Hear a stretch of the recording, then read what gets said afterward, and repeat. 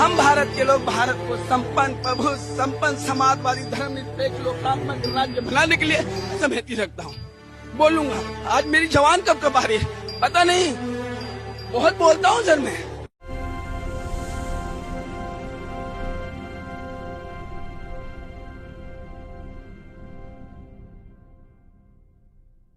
अस्सलामुअलैकुम रहमतुल्लाहि ताला व बरकातुहू। मैं रईस कौसर कादरी मधुबनी बिहार से।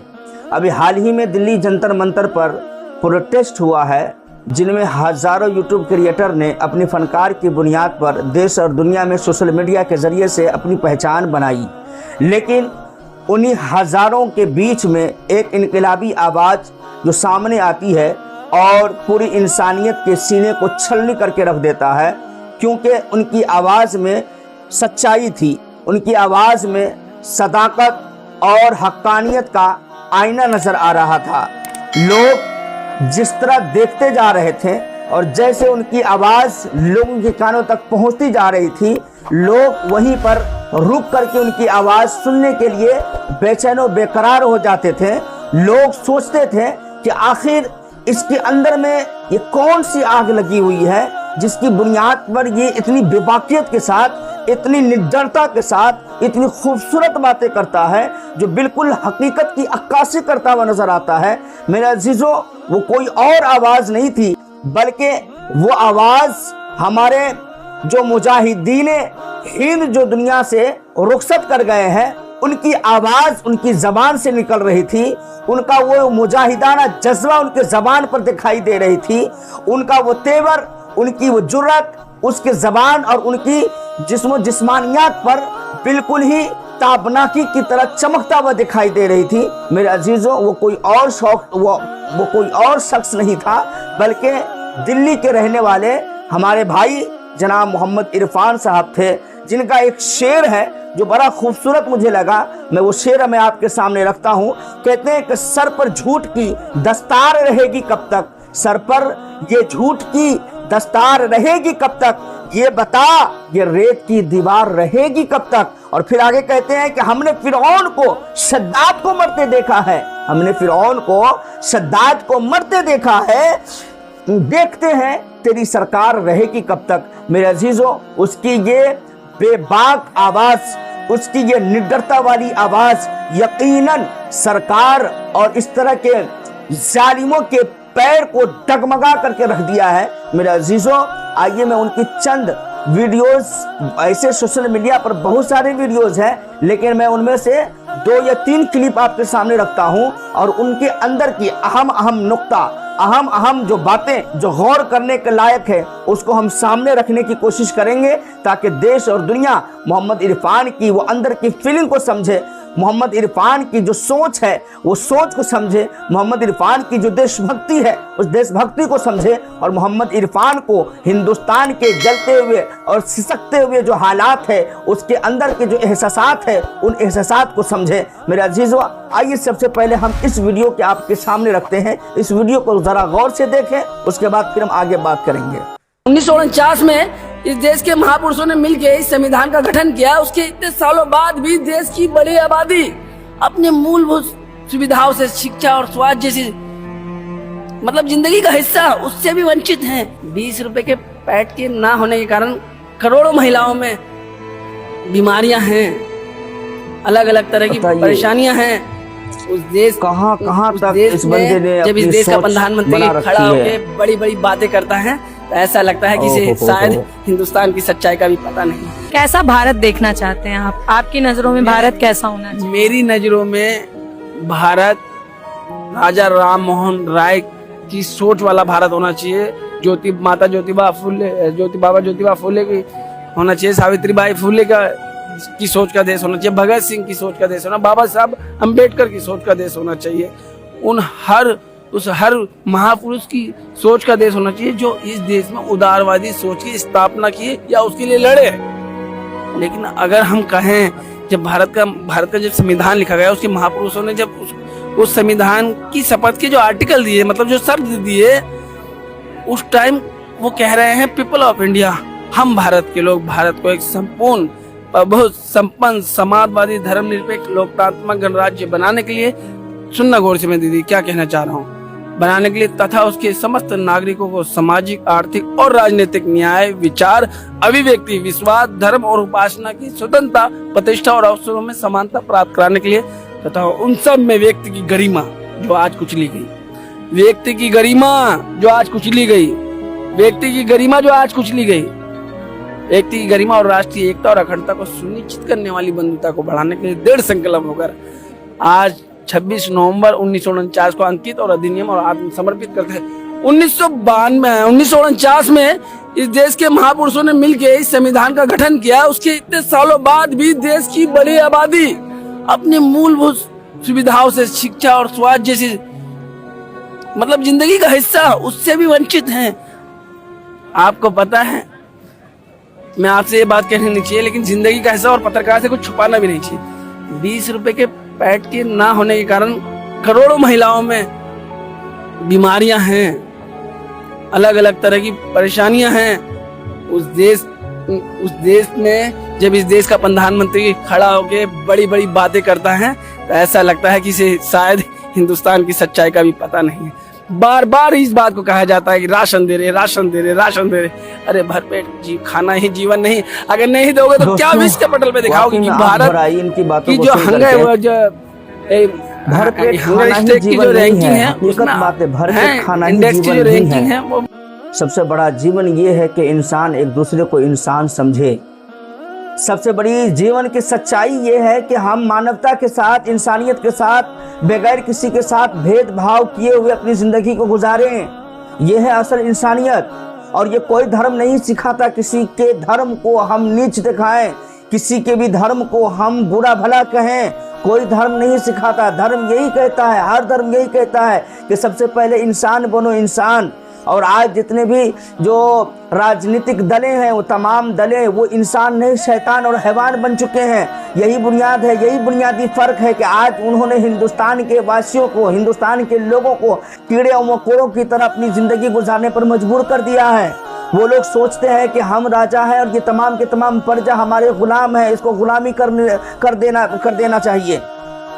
मेरे अजीजों, ये हमारे हिंदुस्तान की जमहूरियत और ये हमारे हिंदुस्तान की आइन कभी नहीं कहती। हमारी हिंदुस्तान हमेशा इक्वलिटी की बात करती थी। हमारा हिंदुस्तान हमेशा एक दूसरे के साथ गले मिल करके जिंदगी गुजारने की बात करती थी। और यही संस्कार ये पूरी दुनिया में प्रचार करती थी कि हिंदुस्तान जैसी खूबसूरत देश कोई और किसी देश में नहीं मिलता, जिस तरह संस्कृति यहाँ पर दिखाई देती है। लेकिन आज इसको जो है ना, कुछ राजनेताओं ने आकर के इसको बिल्कुल ही जख्मी और चूर चूर करके रख दिया है। आइए एक और वीडियो में मोहम्मद इरफान साहब का रखता हूं मैं, इस वीडियो को आप जरा देखें। सर पे ये झूठ की दस्तार रहेगी कब तक? सर पे ये झूठ की दस्तार रहेगी कब तक? ये बता, ये रेत की दीवार रहेगी कब तक? हमने फिरौन को, सद्दात को मरते देखा है, देखते हैं तेरी सरकार रहेगी कब तक? बोलिए, आप मुझसे 8 घंटे लगातार बात कर सकते हैं। आप करते क्या है? आईडी लगाता हूँ, मैं एक मजदूर हूँ, देश का मेहनत का आबादी का एक हिस्सा हूँ। इस भारत की उस आबादी से आता हूँ जिसकी जनसंख्या 70 करोड़ से ज्यादा है और जिसका जीवन नरकिया है। इरफान भाई, हाँ, एक सवाल बड़ा मुश्किल है, फिर भी इरफान होके सच बोलना बड़ा मुश्किल है। आप सच बोले तो सच है, मैं सच बोलूं तो गुनाह है, और मैं ये गुनाह 1000 बार करूंगा। इरफान होकर के सच बोलना बड़ा मुश्किल है। सच बोलना हजम करवा दीजिए, आप रोटी खाते रहिए, इसको भी हजम करना जरूरी है, जोश बरकरार रहेगा। एक चीज हजम करवा दीजिए मुझे। आप बोल रहे हैं आप पढ़े लिखे नहीं हैं, आप इतनी बढ़िया कविताएं, इतनी बढ़िया शायरी सुना रहे हैं। आपसे 8 घंटे तक बात करूंगा। आपके दर्शकों, आपके आधे से ज्यादा दर्शकों को पता है मैं कहाँ रहता हूँ। कहाँ रहते हैं वो बता देंगे आपको कमेंट में, जब वीडियो अपलोड करेंगे ना वो बता देंगे। मेरा ये वादा है आपसे। चलिए, अगर कमेंट में ये जवाब न मिले दर्शकों की तरफ से कि इरफान कहाँ रहता है, तो मुझे झूठा इंसान के लिए, मेरे लिए फिर गुनाह के रूप में कि मैं आपको नहीं जान पा रहा हूँ। मैं पत्रकार हूँ और आपको अगर नहीं जानता हूँ, आपका मैंने वो 2 वीडियो ललन टॉप वगैरह नहीं देखा है, मैं अपने लिए गुनाह मानता हूँ। मैं जाकर देखूंगा। और मुझे उससे पहले 15 सालों में मेरी हजारों वीडियो इंटरनेट की कब्रिस्तान में दबी हुई है। बिल्कुल एंकर साहब, आप जाकर के इनके वीडियो को देखें और पूरे हिंदुस्तान के लोगों को वीडियो देखने की ज़रूरत है। और एक और बात मैं कह दूं, जनाब एंकर साहब का कहना हुआ कि आप पढ़े लिखे नहीं हैं फिर भी आप इतनी अच्छी कविताएं कैसे कह लेते हैं। मेरे यारों, अच्छी कविताएं और अच्छे अल्फाज इस्तेमाल करने के लिए पढ़ा लिखा होना ही सबसे ज़्यादा महत्वपूर्ण नहीं है, ज़रूरी नहीं है। बल्कि मोहम्मद इरफान साहब, हाँ बिल्कुल ज़रूरी हो सकता है पढ़ा लिखा होना, लेकिन मोहम्मद इरफान साहब के अंदर की जो बेबाकी है और इतनी सुशीलता के साथ इतनी खूबसूरत अंदाज में अगर वो कविता और शायरी और अपनी भाषण को लोगों के सामने प्रस्तुत करते हैं तो उसकी सबसे बड़ी जो अहम और बुनियादी जिम्मेदारी है, बहुत बुनियादी जो बातें हैं वो ये है कि उसके सीने के अंदर में आग लगी हुई है लोकतंत्र का, उसके सीने के अंदर में आग लगी हुई है इस देश के बर्बरता का, उसके सीने में आग लगी हुई है इस देश का अखंडता का, उसके सीने में आग लगी हुई है ये देश जो जा रहा है एक खाई की तरफ, उनसे बचाने का। मेरे भाई, जब ये देशभक्ति की आग जब सीने के अंदर में लगती है, जब इंसानियत की आग जब सीने के अंदर में लगती है, जब एक इंसान को अच्छे राह पर चलने की जब आग बदन के अंदर लगती है तो मेरे भाइयों फिर उसके अंदर अच्छे अच्छे अल्फाजात अपने आप आ जाते हैं। कहते हैं आग जब लगती है तो धुआं निकलता है, ये अल्फाज उनके धुएं हैं जो पूरी दुनिया को, हिंदुस्तान समेत तमाम देशवासियों के ऊपर बादल की तरह छाया हुआ है। और मेरे अजीजों, वो बादल बरस रहा है और लोग उनकी अल्फाज के उन बादल वाले बारिशों में भीग करके वो अपने आप को देशवासी होने पर, अपने आप पर देशभक्ति होने पर फख्र कर रहा है। मेरे भाइयों, मेरे एंकर साहब, ये इस तरह की सोच जो मोहम्मद इरफान साहब की जो सोच है, ये यकीनन ये जमहूरियत का सोच है, लोकतंत्र का सोच है, ये पूरे हिंदुस्तान वासियों के उन हिंदुस्तानी का सोच है जो हिंदुस्तान को सोने का चिड़िया देखना चाहती है, हिंदुस्तान को एक अमन का गहवारा देखना चाहती है। मेरे भाइयों, आइए आखिरी वीडियो मोहम्मद इरफान साहब का आपके सामने रखते हैं, उसके बाद अपनी गुफ्तगू को हम खत्म करेंगे। जब हम उस लाइन को पढ़ते हैं कि पीपल ऑफ इंडिया, हम भारत को संपन्न प्रभु संपन्न समाजवादी धर्मनिरपेक्ष लोकतांत्रिक राज्य बनाने के लिए तथा उसके समस्त नागरिकों को सामाजिक, आर्थिक और राजनीतिक न्याय, विचार, अभिव्यक्ति, विश्वास, धर्म और उपासना की स्वतंत्रता, प्रतिष्ठा और अवसरों की समानता प्राप्त कराने के लिए तथा उन स्थल में व्यक्ति की गरिमा, राष्ट्र की एकता और अखंडता को सुनिश्चित करने वाली बंधुता को बढ़ाने के लिए दृढ़ संकल्प होकर 26 नवंबर 1949 को अंकित अधिनियम और आज समर्पित करते हैं। इतनी बड़ी आबादी आज भी अमान्य जीवन कैसे जी रही है? सभी की तो बात करी गई थी, सभी की तो बात करी गई थी, सभी की बधाई की बात करी थी। शिक्षा में, राजनीति में, सामाजिक स्तर पर, धार्मिक स्तर पर, किसी भी स्तर पर किसी को नहीं छोड़ा गया। भारत के आज स्वतंत्र देखो, बड़ी आबादी नरक की जीवन जी रही है। सारी दुनिया विश्व के पटल पे दौड़ती अर्थव्यवस्था है भारत, चमकता सितारा है, लेकिन उससे विपरीत बड़ी कंडीशन खराब है। आप ही तो एक देश और एक राज्य, एक कानून की बात करते हैं। पूरे देश में अलग अलग राज्यों में अलग अलग श्रमिक कानून, अलग न्यूनतम मजदूरी है, कहीं एक नहीं मिलती, जहाँ लागू है वो भी नहीं मिलती। आज पूरी तरह से वो जवानों के निरंजन में फैल है। मैं अपनी आशा बेहती रखता हूँ, बोलूंगा। आज मेरी जवान कब आ रही है पता नहीं, बहुत बोलता हूँ सर मैं। वाकई में दिल भर आया मेरे भाई। मैं बड़ा फख्र करता था कि हम हिंदुस्तानी हैं, हम बड़ा फख्र करते थे कि हम हिंदुस्तान में जन्मे हैं, क्योंकि मेरे मुस्तफ़ा ने फरमाया था कि हिंदुस्तान से मोहब्बत की बू आती है। फ़ख्र होता है कि हम हिंदुस्तानी हैं। इस हिंदुस्तान के सरंदीप पहाड़ी पर हज़रत आदम आला नबियाना का ज़ुहूर हुआ था और उस आदम आला नबियाना के पेशानी में नूर मुहम्मदी भी आया था। हम फ़ख्र करते हैं कि हम हिंदुस्तानी हैं, लेकिन कुछ ऐसे जालिम आकर के हिंदुस्तान के अमन को और हिंदुस्तान के सुकून को तबाह बर्बाद कर दिया। हमारा हिंदुस्तान क्या था? जब देश आज़ाद हुआ था तो देश आज़ाद होने के बाद हिंदुस्तान की जो हालात थी, कितनी खूबसूरत हालात थी, किस तरह लोग ज़िंदगी जी रहे थे, कहीं से कोई आफत, कोई विपता नहीं आ रहा था। लेकिन जब से कुछ जालिम अपनी जुल्म की जो दास्तान रकम करने के लिए इस हिंदुस्तान के ऊपर काले बादल की तरह मंडलाना शुरू किया, तो हिंदुस्तान का ये अमन और सुकून तबाह बर्बाद होकर के रह गया। और इसे गरीब, इससे परेशान हुए मजदूर, इससे वो लोग परेशान नहीं हुए जो आले आले बिल्डिंगों में और आला जिंदगी गुजार रहे हैं। एसी एयर कंडीशन रूम में रहना है, एयर कंडीशन गाड़ियों का सफर करना है, एयर कंडीशन हर सहूलियात उसे दस्तयाब है, वो लोग परेशान नहीं है। परेशान वो है जो खेती बाड़ी करते हैं, परेशान वो है जो किसानी करते हैं, परेशान वो है जो मजदूरी करते हैं, परेशान वो है जो सीमेंट का बोरा अपने पीठों पर उठा करके अपनी बेटी और अपनी बच्ची और फिर बहन की शादी के खर्चात पूरा करते हैं। परेशान वो है जो एक वक्त खाना खाते दूसरे वक्त के लिए सोचना पड़ता है। परेशान वो है जो रिक्शा और ठेला चलाता है। परेशान वो है जो अपने वतन को छोड़ करके जो बाहर के वतन जा करके और वो गैरों के तानो तशनी सुन करके अपनी ज़िंदगी गुजारता है। दिल्ली, मुंबई, कलकत्ता जैसे अलग अलग शहरों में जा करके उनकी भीड़ का हिस्सा बनता है। परेशान वो है, परेशान ये लोग नहीं है। ये लोग इनके शासन में तो उमरा तो और ज़्यादा अमीर बने हैं, जो रऊसा है और भी ज़्यादा रईस बने हैं, जो अच्छे पोजीशन पर जो पहले से बैठे हुए थे उनको और भी ऊंचा पद दे दिया गया है।